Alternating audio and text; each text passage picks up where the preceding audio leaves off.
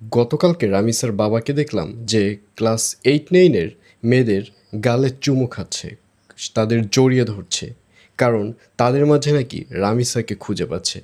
আসলে এটা কিভাবে সম্ভব? রামিসা পড়তো ক্লাস 3-তে, আর এই যে যাদেরকে রামিসার বাবা জড়িয়ে ধরছে, গালে চুমু খাচ্ছে, এরা এক একটা মেয়ে 8-9-এ পড়ে। সো এটা অবশ্যই দৃষ্টিকটু দেখাচ্ছে। ওখানে কিন্তু 2-3-র বাচ্চারাও রয়েছে। আপনারা যদি ভিডিওটি দেখেন তাহলে ভিডিওতে দেখতে পারবেন যে ওখানে ক্লাস 2-তে পড়া, 3-তে পড়া বাচ্চারাও রয়েছে, কিন্তু তাদেরকে ধরছে না।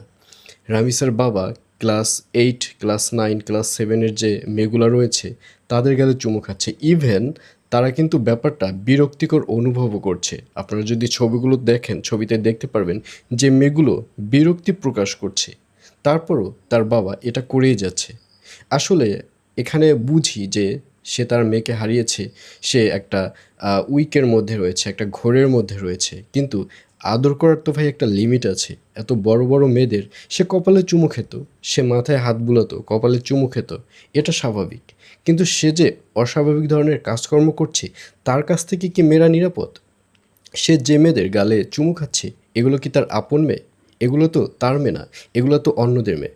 বর্তমানে দেশের যে পরিস্থিতি, মেয়েরা পুরুষদের কাছেই অনিরাপদ।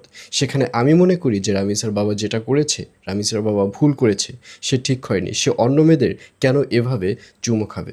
তো ভিউয়ার্স, আমার কথায় আপনারা কতটা একমত? যদি একমত হয়ে থাকেন অবশ্যই কমেন্টে লিখে পাঠান, আর ভিডিওটি সর্বোচ্চ শেয়ার করুন।